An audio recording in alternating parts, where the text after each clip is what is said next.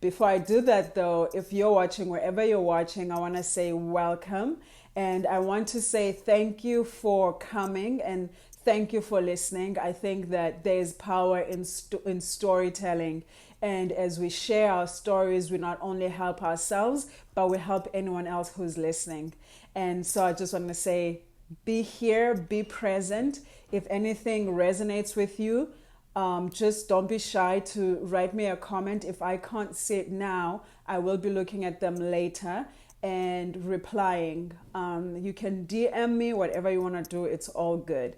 Number two, I also want to say that if you are a parent, a teacher, a guardian, a step parent, anyone who's watching, who, an uncle, an aunt, anyone who's watching and you have kids that you are responsible for and you are taking care of, I want to say that you are doing the very best that you can.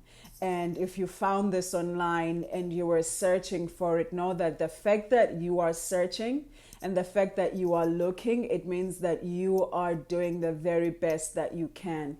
My work here is to support you in that process, especially when it comes to things such as mental health with kids. Those are things that we are not trained about. We are just trained to raise children. We're not trained how to deal with the psychology that comes with raising children. So in saying that, I want you to know that you are doing the very, very best that you can, and I commend you in doing that very best that you can.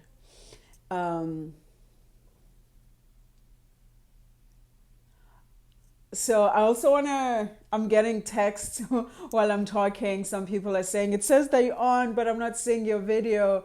I might just have to go off. I'm not really sure how to do this part, if I have to go off and come back on. But I think I'll stay on. And the very first thing that I thought I would do today is to introduce myself.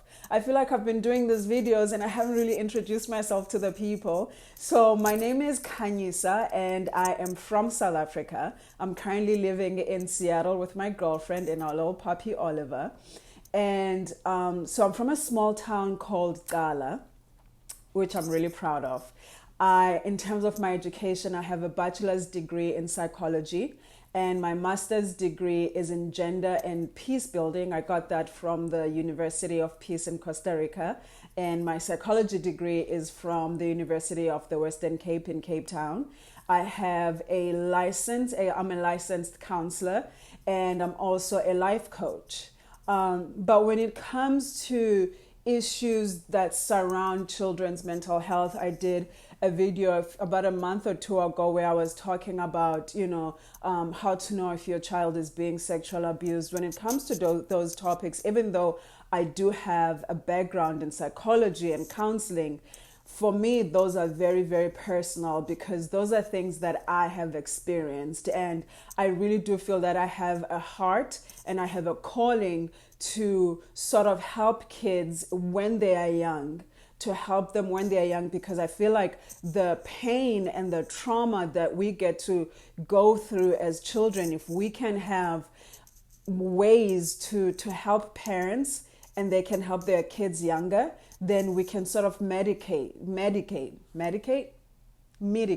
Sometimes my first language is Xhosa, and sometimes my English is like, girl, bye. But I do think that if we start having this conversation young and we can help parents have this conversation, then we can do service to the world. And so I know that, when I talk to parents and when I'm working with parents, a lot of people are like, you don't have kids. You don't know what it's like. And I want to say, yes, I don't have kids. I want to have kids, but the truth is that I don't have kids. You're right. But what I know is that I was a child and I was a broken child. And now I am a healing child. And in my healing process, and what that looks like for me is that I want to help you understand what it is like to be one, to be a child, to be a healing child. So here I am. And I thought for today, I do have a notebook.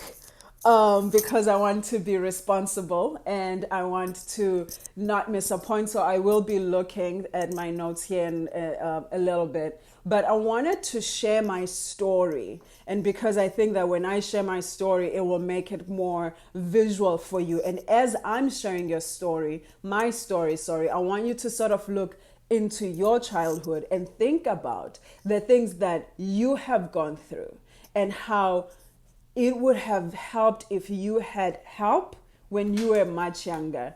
And so, yeah. All right. Someone is coming in the room. I'll give it a minute. So this is my story. Sorry about that. This is my story and this is my journey with my mental health issues. I started feeling what I later described or understood to be depression when I was 9 years old. When I was 9 years old, my grandfather died. And my grandfather did not just die, but I watched him die. I was there.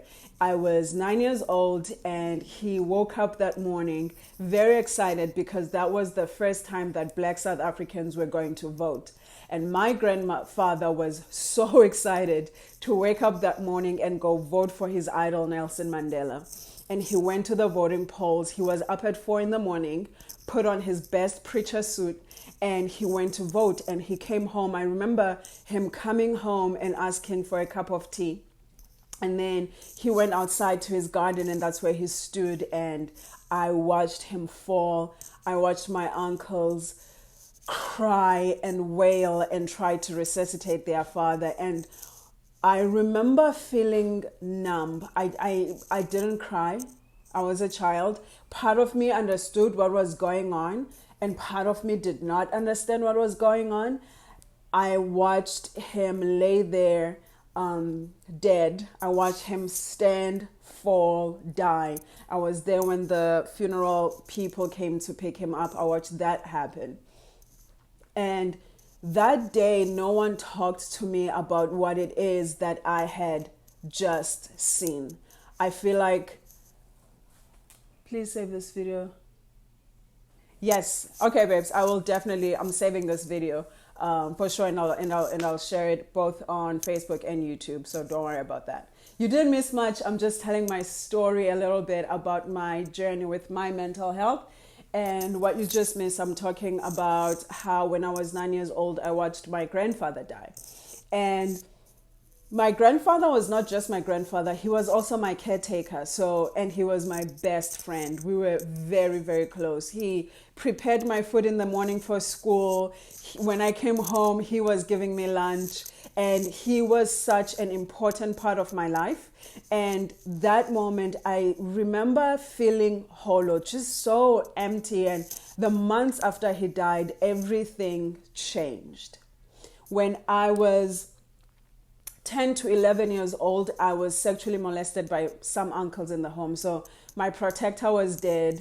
I was alone with these men who were monsters. And they were just, I think, two of my uncles sexually molested me. This was when I was 12 years old. I did share this in previous videos, and I don't really want to waste my time with this story. I kind of want to paint a picture for you of what it feels like to go through things as a child and have no access and have no one to talk to, right? So when I was 13 years old, I was introduced to my biological parents. So when I was younger, what I didn't share just then was that my grandparents raised me as their lastborn. And so when I was 13 years old, they told me, your dad wants to meet you. And I was like, what do you mean? He died. I watched him die. They're like, no. That was your grandfather. Your father wants to meet you. And I was 13 years old. Even then, the change that brought, because now meeting my father meant that I had to be told that my sister was actually my mother. And then I had to concede with the concept of step parents. And for me, that step parents journey, I did write about it, was very harmful because my step parents didn't love me, let alone like me. Both of them. I just did not luck out when it came to step parents. And part of that journey with step parenthood, what that came for me was like low self-esteem issues, feeling not wanted, feeling like I didn't belong. And then on top of it, the grief that no one really talks to me about. And then while all of that was going on, I want to cut this really short because I don't want this live to be too long, was that I was dealing with my sexual issues. I was dealing with my sexuality, and that was something that I couldn't talk to anyone about. And so I have had all these things, all these traumas in my life that started when I was 9 years old, and I had no therapy, no one to talk to. Church didn't help. I went to church a lot. My mom thought that taking me to church. I remember my mom, when I was 15 years old, she took me to a doctor and told the doctor to secretly give me contraceptives because she believed that because she had me when she was a teenager, that the chances of me having kids as a teenager were so high, but she didn't know how to have those conversations with me. So she took me to the doctor and said, just give it to her and I will come up with a lie about why she has to come here every month. And the doctor was like, no, I can't do that. I can't tell her that. And so what I'm trying to get you to understand is that there is so much that happens in childhood and in mental health issues that it keeps building up and kids don't have access. And what has really healed me, or that continues to heal me, is that I get to have compassion. I'm from a small town, Dala. I was born to teenage parents. I was raised by a priest and a prison cook. They had no access. They didn't know how to talk to me. They raised me in the way that they were raised, and that is by saying yes, no, don't do. That is it. Feelings, don't even come and talk to them about feelings. And so if you are sitting here, it means you have access. I think that a big part of what we think is that we cannot unlearn. And the thing with being a parent, honestly, I understand it. There's no book. There's no manual. There's no one who has written something and said, this is what you do. This is what you don't do. This is what you do. And that is why we get messed up. And all we have is being in relation and watching what our parents did. And we choose two ways. We either choose to do it exactly how they did it because we feel like it worked for us, or we choose to go the opposite end. But that is still parenting in relation to who they were, right? And so it's not really changing much. And so what I've come up with today, because I think I can tell you my story, but what I want you to leave with, and hopefully you will try to apply this in your relationships with your kids or students or nephews and nieces, because I do feel like we're getting to a point in the world where we are just reproducing broken people, because we are broken people raising other broken people. We are hurt people who raise other hurt people. And so my work is to try and see how we can get healing and healed people who can understand and help to raise healing and healed people, right? How can we switch this? And so the one thing that I really felt like I needed when I was young, number one, was creating a space for unconditional love and acceptance. What does it mean to unconditionally love somebody?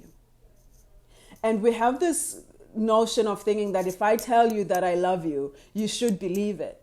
I'm more on show me. Our kids need to see that there is nothing they can do, be, experience that will make us love them less. I remember when I was younger, my uncles would talk about how they would react, right, if their kids were gay. One of my uncles said, I would stab my child. If my child told me that he was gay, I would stab him. And the little gay child in me was like, well, I don't want to be stabbed, so I had no one to talk to. Unconditional love is to think about what are the things that you are saying in front of this kid. It's so important. What are the things that you are saying in front? How do you talk about gay people? How do you talk about disabled people? How do you talk about suicidal people? Are you calling suicidal people weak? How are you talking about people with eating disorders? Because no matter how much you tell them you love them and how unconditional it is, when they hear you talking about things that they might be experiencing and they are not telling you about, you have closed off all levels of communication. So I'm wanting to say create space for unconditional love and acceptance. And to me, that is what it looks like. Number two, create an atmosphere where you share your feelings. I do think that if I had people in my childhood who were like, can you say, you know what, I don't feel good today, I'll be like, I know, how does that feel like? Because we are taught that our parents should be beyond God. They should be amazing. They should be strong. They should feel nothing. They should be iron people. But if we can humanize parents and parenting, if kids can know that, you know what, my parents feel sad, they feel upset, they feel disappointed, they feel tired. I'm not saying tell them that, you're going to be late on rent, not that kind of stuff. You don't need to be adding that. But if we can give words to kids where they know that it is okay to express how they feel, and that starts with us. That starts with the parent or the guardian or the teacher saying, that doesn't feel good. I don't really feel good today. I almost said I don't feel shitty, but don't say that to your kids. But you know what I mean? Like, share how you feel, because it creates a space for them to feel like they also can share how they feel. Number three, this one is so good. Open communication. Open communication. What does it mean to openly and transparently talk to little people? I went, in preparing for this live, I was on the website, it's called CDC, and I went under their children's mental health page, and they were saying that kids between 3 years old and 16 years old are experiencing depression. 3% are experiencing depression, and 8% are experiencing anxiety. And that was in 2012 where they did that research and study. Can you imagine what it is like now in 2020? Now, I know that it is hard to have conversations, but as parents, as guardians, as aunts and nieces, whoever you are, we do not have the luxury to not talk to our kids, because if we don't, teachers will. Teachers who have completely different worldviews and values and principles from us, they will talk to our kids. The internet will. Social media. Our kids are looking at things that are not even realistic online, and they are putting it in themselves, and they feel so anxious. 9-year-olds should not be dealing with body image issues, and they are, because they have so much access. Kids at a really young age are now struggling with anxiety and depression and suicide, because the world is creating a world where they get to look at things that can't even exist. You cannot have a zero-size body as a woman. It's not possible. But kids don't know that. And so when it comes to communicating with your kids, I probably should have put that at number one. Talk to them. I wish someone talked to me. When I was growing up, my family in Xhosa, they say, zizinto zabantu abadala, which means these are old people's things. We do not have the luxury to have only old people's things, because our kids are looking at screens and learning about old people's things. So this one is really, really important. Also, ask those uncomfortable questions. That's number 4. Ask those uncomfortable questions. And how was school is not uncomfortable. A kid will be like, school was great. But what if you went deeper than saying, how is school? How did you feel? What did you learn? What did the teacher say? How did you feel when they said that? Ask those questions, because those make kids feel like, oh, I can talk about myself. I can have this conversation. My parent, my guardian, they are willing to listen to me. I don't have to bottle it up. And lastly, I want to say number 5 is engage, play. When I'm at home with my nieces and my nephews and my little cousin, I play like there's no tomorrow. Because when you play with kids, they are more relaxed. They are more open. They feel like you have sort of come down to their level and you are willing to meet them at their level by playing with them. My grandmother is raising four of my uncle's kids, right? And my uncle passed. And the third, there's four boys. The third one, he has serious anger issues. He's so angry. And when I go home and hang out with him, I force him to hug me. And the reason I do that is because my uncle and his wife got a divorce a few months after that, and my uncle got custody of all the kids. I mean, I don't even know what to, if we don't even have a way. It's just like my uncle was like, those are my kids. And then he died.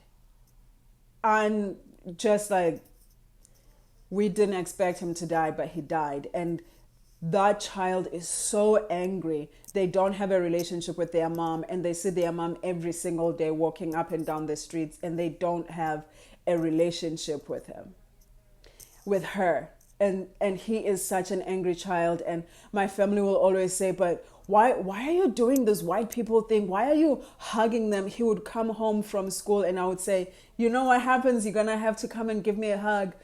And he would hug and I say, you owe me a smile today. And he would just look at me and give me a smile. And I'll say, come sit on my lap. And I do that because those kids don't experience love. And I think what I want to end this with is saying that we have to create space where we unlearn things. You know, we have labels for things. We have labels for, oh, don't be too emotional. You're going to make him gay.